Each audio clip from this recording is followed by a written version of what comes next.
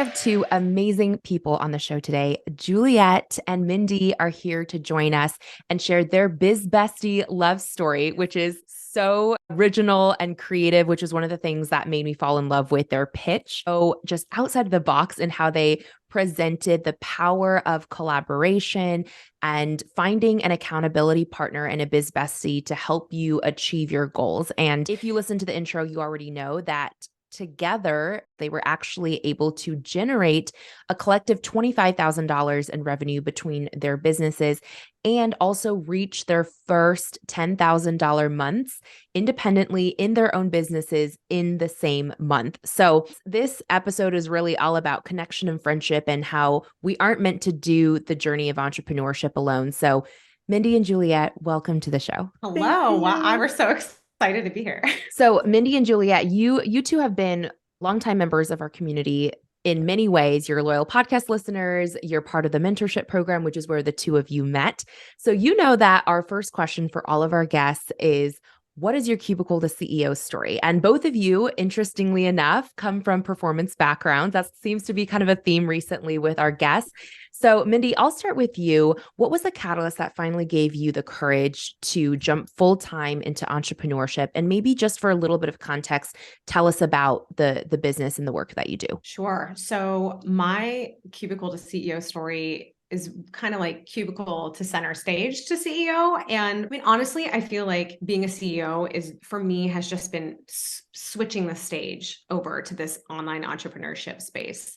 I actually was in a kind of a corporate environment working for an educational company. And I had a test prep background. And all through my master's degree, when I was studying opera and performing, I was working in person and doing group classes with students regarding test prep. And eventually that company in about 2011, 2012 were really early adopters of virtual tutoring. We were always having to overcome the objections about, well, is it going to work online? So I've been working on Zoom since 2015, actually. And prior to that, we had other software. So no stranger to the virtual space, but over time, working for the company, I was developing relationships with students, and I really wanted to go beyond that phase of their education. And so I started getting my own clients and kind of exploring college list building and essay and application development and project management. And that is how I ended up developing Mindi Trimble mentoring.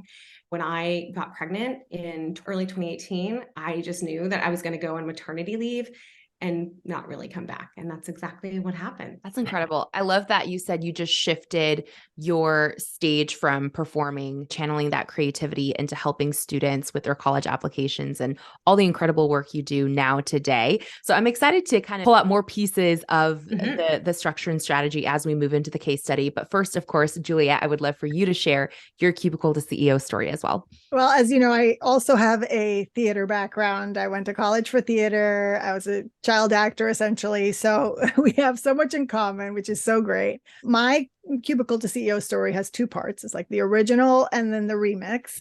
I'll start with the original because the catalyst, for me, leaving the corporation, Mac, I was a makeup artist for Mac at the time, and moving into freelance was quality time with my family, and having developed my skill set enough and my confidence in what I did back then to become a freelance artist and get out and do my thing. And so it was really exciting. It was a hard decision because I really had enjoyed my job, and my career was plummeting, not plummeting. What is it called? It's soaring. The opposite. Oh my gosh. The opposite of that, soaring with Mac.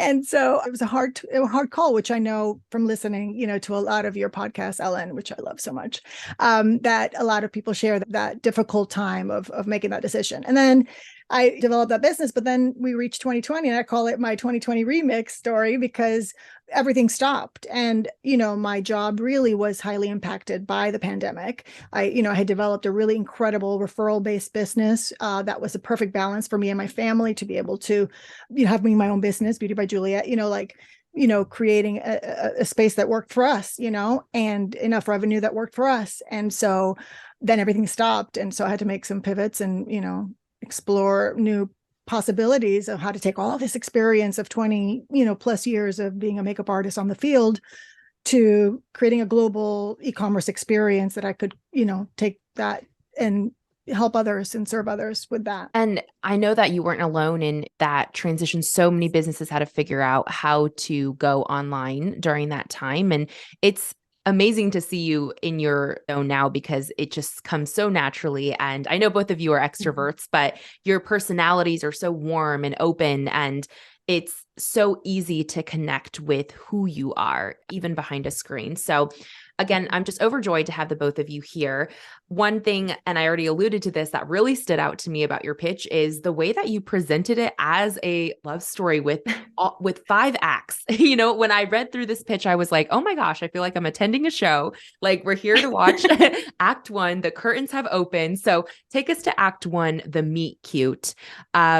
Where did you guys meet, and how did you form that first connection with one another? Well, yeah. So, in true operatic, operas are long, Ellen. I had to go for 5 acts. So, in Act 1, I have the chance meeting. In the meeting, I question about my business, and you asked, what do you do, Mindi, just for everyone in the room? And I described that I am a college prep mentor. And I really like working with younger students because it just makes their entire high school process easier. It's better for my business because I'm not having to always get new clients all the time. And Juliette chimed into the chat, "Ooh, I have a sophomore."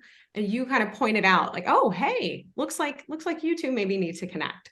So that was our meet cute, was in the Zoom chat. And I have to insert an early hot take here, because those listening, obviously, even though you have similar backgrounds, perhaps in performance, your actual businesses are vastly different, right? Like Mindi, Yes. like you said, you're a college prep mentor. Juliette, you are a makeup artist. You teach makeup to people, but you also have a homeschool program. So very, very different industries and niches.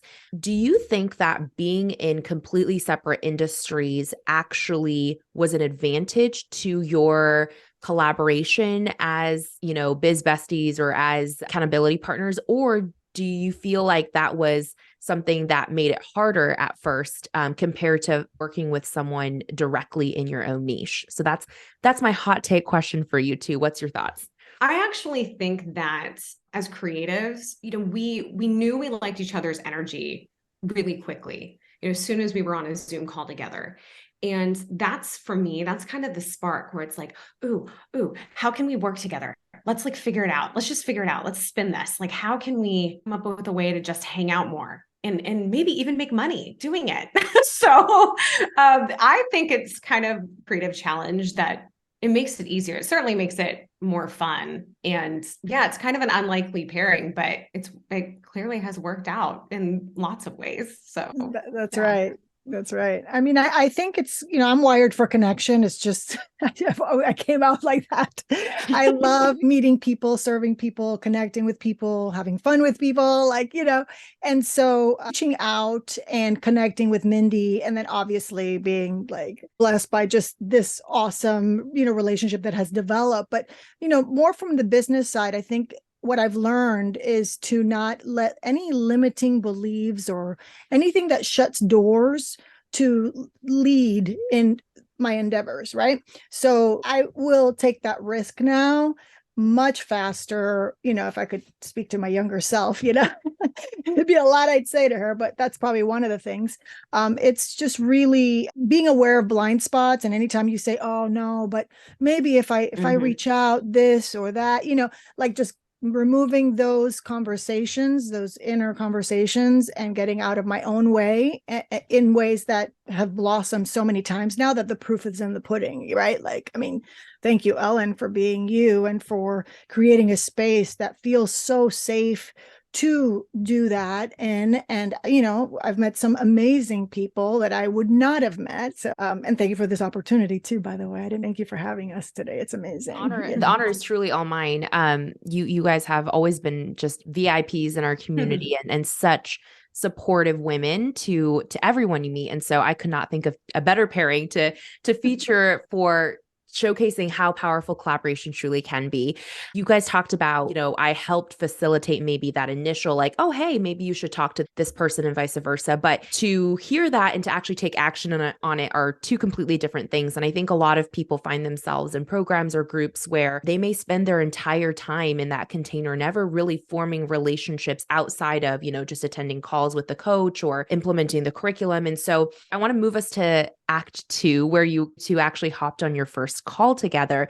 How did you facilitate getting that call on the calendar? Any insight you want to shed on how you can approach someone and getting that call booked without creating those barriers, like you said? Because I know a lot of people, especially those who are shyer, they sometimes feel a little hesitant to reach out to someone they don't know. Or on the other side, on the receiving end, these days we all unfortunately feel a little bit sometimes like we have our guards up because it seems like a lot of people have intentions that may not be aligned with us, or we feel like we might get pitched on a call. So people can be a little hesitant to accept a quote unquote connection call. So how did you two go about this? I'm reminded when you were saying that, I'm reminded of something you said earlier, Ellen, but you picked up on my personality somehow because that's what you do.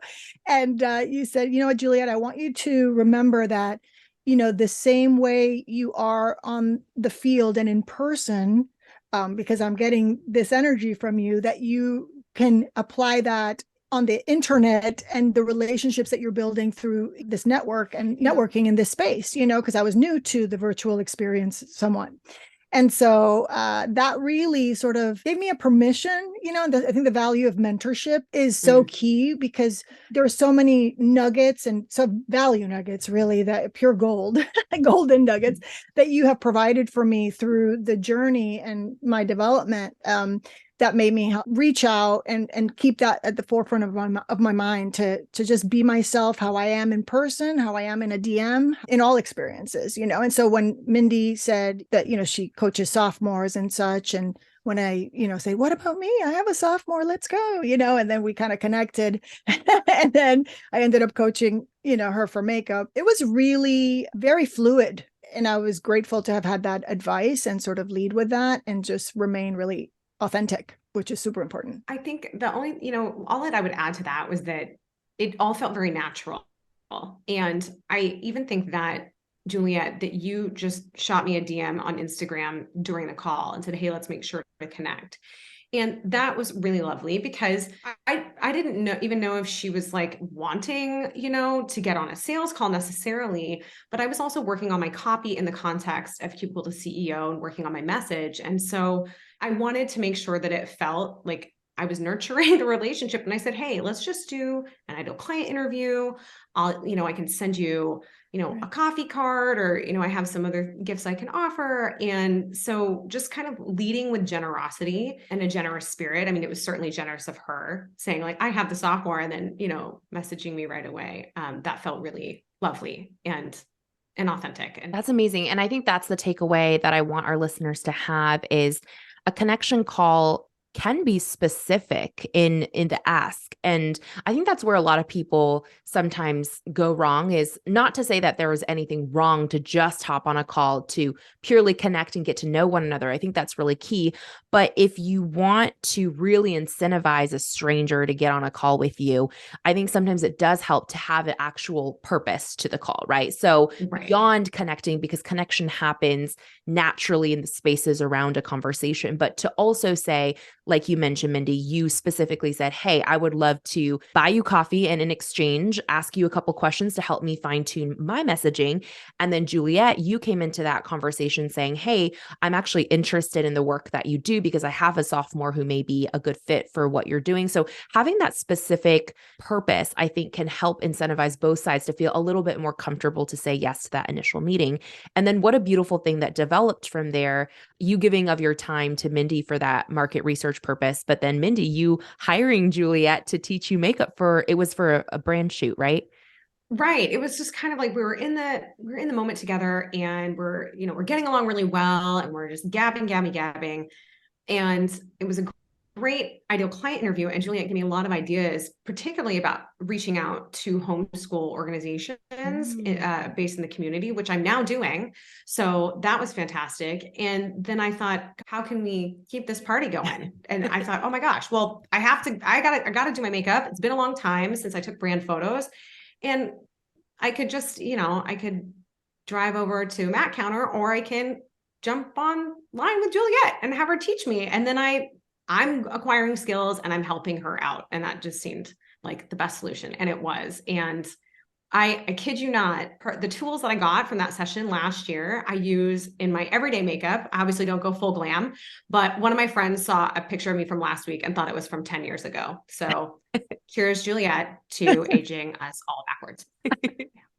I mean, if that is not a testament to true skill, I don't know what is. So you're needing a makeup lesson. If you need a refresher on your beauty routine or your skincare routine, talk to Juliette. You can look in the show notes. And of course, at the end, we'll make sure that you have both of these two lovely ladies' contact info. That's truly incredible. I mean, I just love to see how one small interaction can really snowball into long-lasting, lifelong friendship. Act 3 is where we actually get into how this friendship evolved beyond just camaraderie and support and actually impacted both of your businesses from a financial perspective. So maybe first talk about on Juliette's side. So Juliette, you entered a pitch contest locally, right?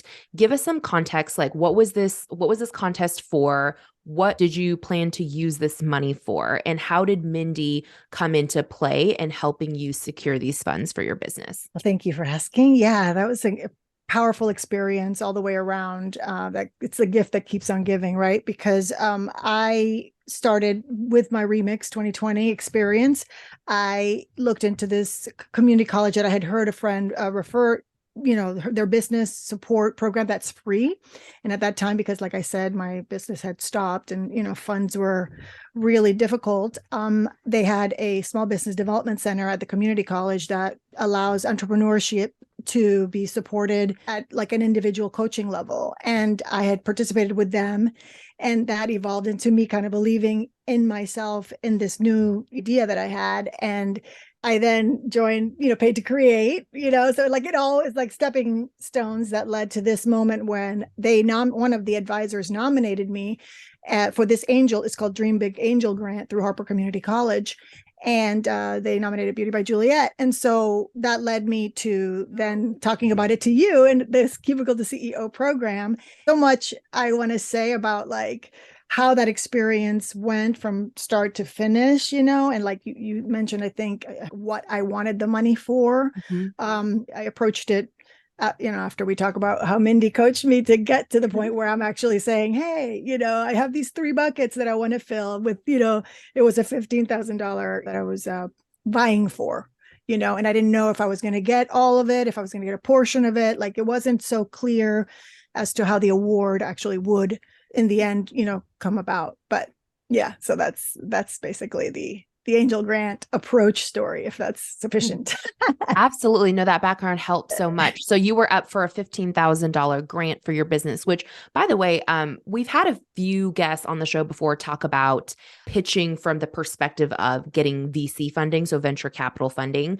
I think we also did have one episode about crowd equity funding. Kim Lewis was on our show to talk about that. But outside of that, I don't think we've ever had a guest come on specifically sharing, that they entered a pitch contest and then won a grant or something for their business. But I just wanted to pull out that piece for our listeners because I think it's so important as entrepreneurs that we don't box ourselves into what's the norm for our industry. And what I mean by that is all 3 of us now operate mostly in the online business space. For me specifically, my background in the online space is in the marketing, course and coaching sector, which things like pitch contests aren't as brought up in that space. I typically think a lot of people who do enter pitch contests are more, in tech, or perhaps they are developing a physical product, a consumer brand or something of that nature. But I'm so glad that you are bringing your experience as a service-based business, as a makeup artist, as a makeup educator who has courses and trainings, but also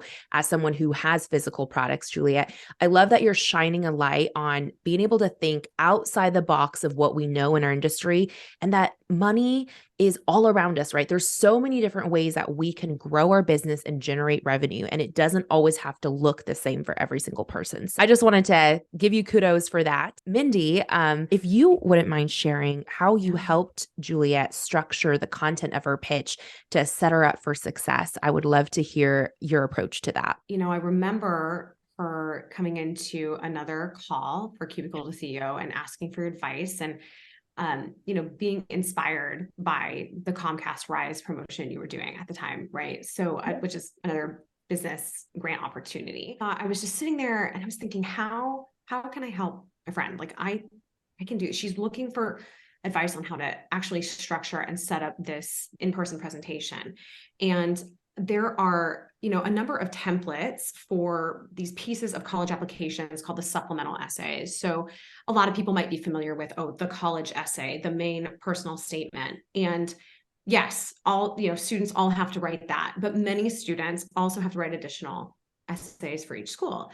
And beyond that, they're having to write scholarship essays or repackage those essays for scholarships. So there is just inherently a lot of pitch practice built into this writing. And I thought, you know what, I can do this, because one of the templates I use is based on an approach that Andy Raskin writes about. It was on Medium. I remember seeing the article, and he goes through Elon Musk's Powerwall pitch. So this is a really old article. I mean, I might even be 10 years old, 7 to 10 years old, but it's this 5-step structure that I had been using with students to talk about having successful community service impact projects or really, high profile extracurricular achievements. And so the first step is, if they're describing something they've already done or even something they want to do, they're going to name the obstacle. What's the problem? What's getting in the way of a customer's happiness, right? So Juliette and I kind of talked through that. What is her mission and what is she hoping to solve? And then the next phase of the pitch is to answer, why is this important right now?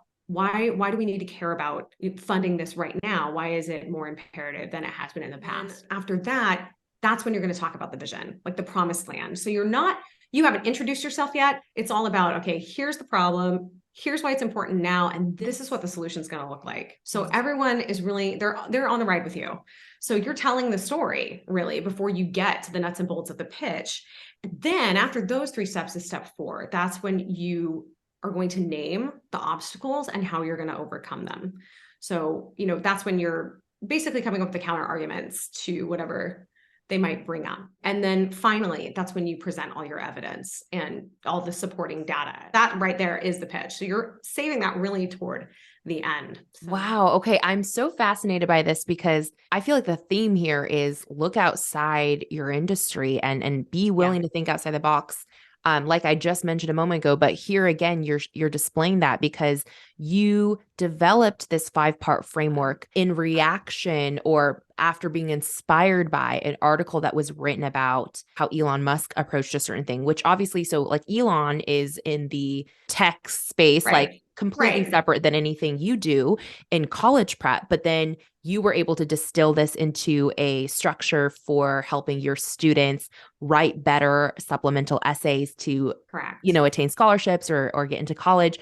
But then again, you were able to transfer that structure and apply it to a pitch competition for Juliette to talk about her makeup and skincare company, which is just so cool to me to see how you're able to take something that seems so unrelated and bring it into play here. So that 5-part structure, if you remember, Juliette, what did that like from a very high level view? Obviously, you don't need to give us your full pitch here, but I think just for practicality, like what did that look like? Like what was the overarching problem that you presented in part 1? How did you communicate to the judges that this was an urgent problem that needed to be solved in part 2? So if you kind of walk us through, the 5 parts. I talked about my core values. I had heard Drew Barrymore say like beauty is a feeling. And it gave me sort of like this moment to tap into my why in front of the panel. There was a lot of bankers in this panel, people who like didn't really know anything about makeup. And here I am coming in at the end of the day. Thank you, Mindi, who told me like,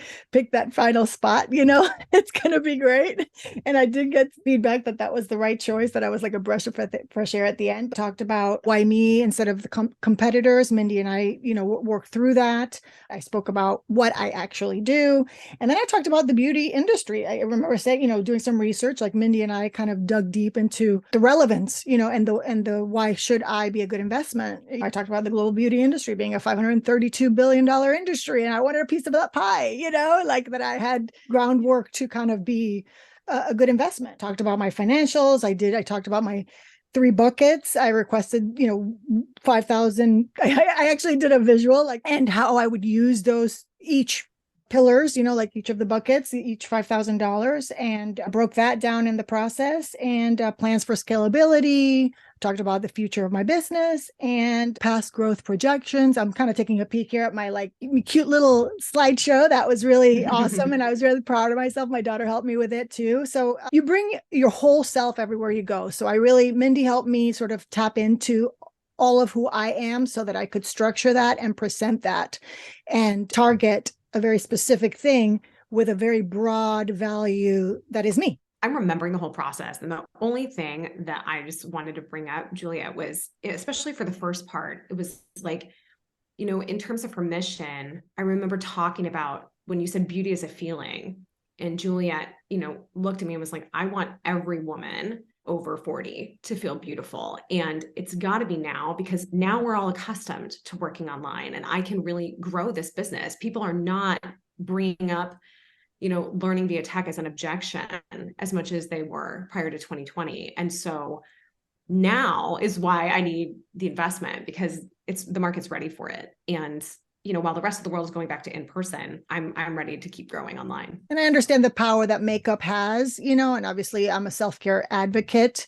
And so it's like, how can I connect with more people and serve more people? Because I've had a lot of clients in my chair in over 20, almost 25 years now, right? So, and I am like, this is scalable, and not just in a financial way, but also in a way that more people are served by what I bring to the table in terms of creating that power experience. I mean, it's like a power suit makes you feel a certain way, right? And so, how you show up, putting your best look forward. I want everyone to feel their best and most confident self as they show up and shine in everywhere and whatever they do. I couldn't agree more that who we are, or how we feel on the inside, in every aspect of how we show up in our lives, not just in business, but really in every facet. So I agree with you completely there. And spoiler alert, by the way, obviously, as you can probably tell from the way we told the story, Juliette did end up winning that $15,000 grant, which is huge. So massive congratulations once again for securing the money, getting the bag. Thank you so much. Thank you so much. It didn't happen alone. I didn't do it. Obviously, this is the point of our connection and conversation, right? Like, it takes reaching out and getting the support. And in terms of thinking about, you bring your whole self to everything you do. I learned a lot as a homeschool mom, right? And so one of the things I learned the most is that I'm very resourceful, and how to be resourceful. And so in talking about collaborating with other entrepreneurs, like both of you, actually, you learn that tapping into those resources doesn't always mean money investment in order to receive value.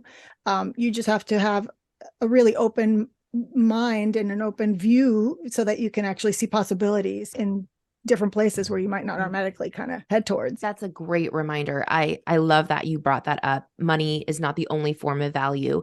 And I mean, you can see that so clearly here, even in your friendship. So moving into Act 4, we talked about how Mindi helped you reach, your first 10K month through the securing of a $15,000 grant in that pitch competition. Now, if we reflect to the other end, Mindi, you also hit your first $10,000 month in your business in that same month.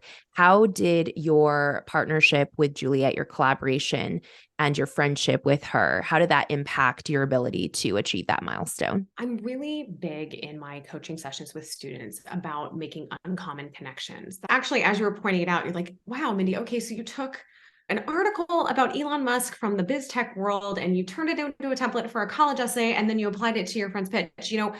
Those are the kinds of connections I'm constantly trying to cultivate in my students. And so I think working with Juliette gave me the boost of confidence to, go out and get back in touch with old clients. Maybe their kids had graduated, but I started reaching out and really was leading like a scrappy, unscripted Mindi's referral campaign because I was bound and determined to get my 10K month entirely from college essay coaching. So, I had 10K months in the past, but that was when I was still dipping my toe into the test prep waters. And I was in 2022, I said, absolutely not, no more test prep, not doing it. I really just went for it. And I leveraged my, my client relationships and I, got in touch and I asked for referrals and I made it happen. And actually, I even started working with some of my high school students that had gone into college. They were wanting some additional help. Some wanted to apply to business school last year. So they had an application process within their undergraduate program. Others just needed some, more accountability and writing coaching throughout their first semester. So it was a really fun and exciting year all around. I'm obsessed with your answer to this because I think it's such a great reminder that growing as a business does not always have to look like more people buying from you or more clients, more customers, larger audience. It actually can just mean renewal.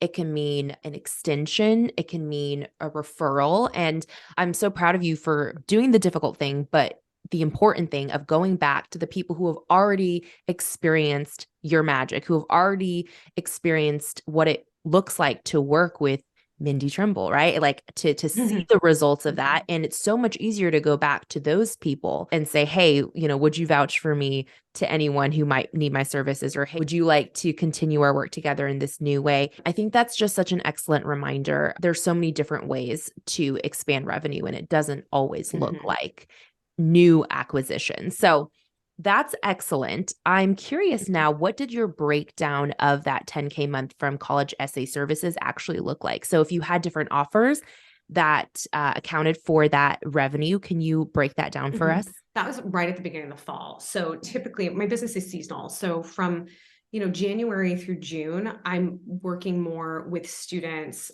who are not going to be applying to college at the, in the fall. So younger, like 9th and 10th grade. In that season, particularly, I was really trying to acquire my Acceptance Accelerator clients. So those are the students who are going to be working with me for, really, really closely for 6 months between, August or September through the November, December, January deadlines. And so I think that most of the 10K revenue that month were from those packages. I had the 2 college students looking for additional assistance. That is so brilliant, by the way. I mean, so many people are now pursuing advanced degrees beyond their undergrad. And so it makes complete sense that as they're prepping for, like you said, business school admissions, or I'm sure even other forms of advanced degrees after, where your communication strategies really come into play. And I think that's kind of like the brilliance of what you do, Mindi, is that you are applying it in the container of college admissions and college essays, but really what you do is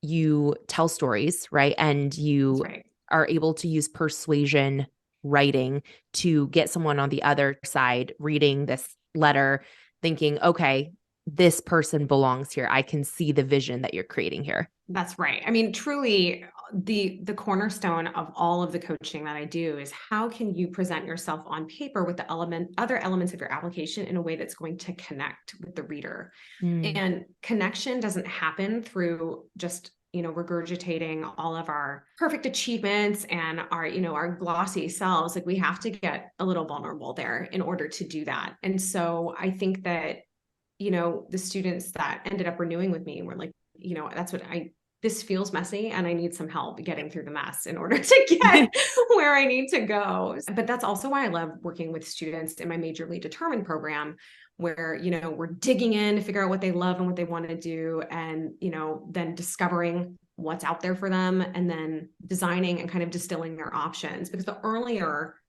that you start, the more time you're building in to get, an even larger return on your investment. So that's what's really interesting about my coaching is that, just like with Juliette, there are really big price tags on the end of that work. I mean, the more of it that you do, the more practice you do, the more opportunities that you have to, to apply all of that knowledge, or even recycle some of the same exact content and turn it into money for college. So. 100%. I can vouch for that. I mean, we're having a blast over here with her prepping my junior, my high school junior now, so I've had the opportunity to work with Mindi in both directions, right? Like providing a service to her, and she's providing a service to me. That's incredible. As a homeschool mom, I want to say, Mindi, too, one of that we get to choose all of our experience, like we get to pick, creme de la creme over here, you know what I mean? Like top of the tops of everything that I strive for. And so when I pick something for my kids, it's really always been about that. It's like, how is this going to be a fit for my kid? How is this going to be, a great person, to influence them? And I get to choose that. So I'm so grateful for what you do, and that you're, providing such an incredible service. Thank you.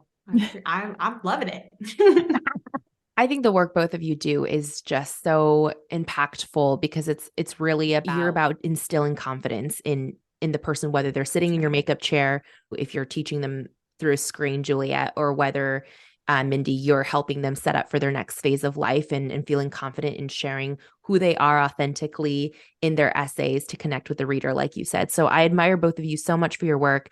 This kind of wraps us into stage 5 of this case study, which is all about the continuation of your friendship and your connection with one another. So just a couple questions that I think would be great to leave our listeners with as they're thinking about who they can really lean on for connection and collaboration in this season of their business.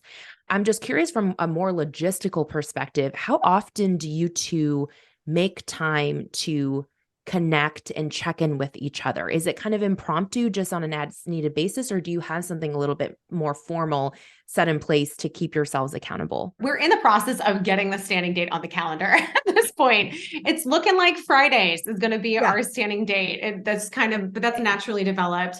We're also checking in, via text. Juliette is such a huge, she comes to my live. She's like, sometimes I'm surprised to see her there, and I'm just like, oh, thank you so much. I see her name and it feels like I've got, my buddy in the audience. So I think we're popping in and out of each other's lives here and there all week, but we do check in. Mindi called me for her appearance at the Emmys event that she went to, which was a blast. And I coached her because, we're not anywhere near each other, just to be clear, like we are remote. And so I would love to, obviously, come and play with her makeup and things like that. But we have the beauty of the virtual experience, and it keeps us connected. But that was a blast. She looked amazing, and I taught her, and she did it. And it was like fabulous. There was an actual actor who was nominated for Ozark. It was a supporting role. And she asked me what I was nominated for. And I was like, oh, you're kidding. You've got to be kidding. You're so sweet. I love you. Jessica Francis Duke. She is, Duke, she's lovely. She plays the FBI agent in Ozark, if anybody seen that. And yeah, so now we follow each other on Instagram. Well, there you go. Because I think it really is about, it's the way you present yourself. It draws people in, right? And makeup has the ability to give you that confidence, like you mentioned at the beginning, Juliette, to put your best foot forward. And it's just so cool to see the ways that your lives continue to intertwine and how you continue to support each other. I hope all of you listening in today feel inspired to maybe reach out to a friend that you haven't, connected with recently, maybe you've lost touch with, or to reach out to someone new, just like when Juliette made that first DM. I don't think she was imagining that this is what it would turn into, but you just never know what that first reach out, when you are proactive about developing those relationships, where that can lead. So thank you for modeling what it looks like to have the most collaborative friendship, and how to just continue to support each other in all of life stages. So of course, we have to end this interview by making sure that our listeners know where to find you so that they can connect with you and experience your makeup magic, Juliette, experience your help with their kids. If anyone has kids in the high school age applying for colleges in the next 4 years, you definitely want to get on Mindi's radar. So anyways, Juliette, I'll let you start first. Where should people connect with you? Yes, beautybyjuliette.com and on the socials a lot. And I love to connect with people via DMs. You can, contact me through there. I obviously have my services, which I'm really excited about. And also, I love providing solutions, right? So I have tangible skincare and products that will help you in your self-care, nurturing, confidence boosting, because I'm all about highlighting everyone's inner sparkle, right? So that's my jam and that's where it's at. And so if you can reach out to me via beautybyjuliette.com, I'd love to connect with you. Yeah. Oh, you can come to minditrimble.com/book a call if you're interested specifically in talking about, your own pitch or your students and you think would be a great fit. Like, let's just chat about it. And otherwise, you can catch me on Instagram at Mindi Trimble Mentoring. And there's goodies in the link there, or just drop Ellen in the DMs and let me know what you enjoyed about today's episode. And I promise that I will send you a voice message because I'm a chatty lady. I love it. You heard it here. And of course, if you're listening to this, make sure you check out the show notes for all of the links mentioned. It's super easy. You can click right from there. Mindi, Juliette, it's been a true joy having you both on the show today. Thank you for your time. Thank you, Ellen. Thank you, Ellen.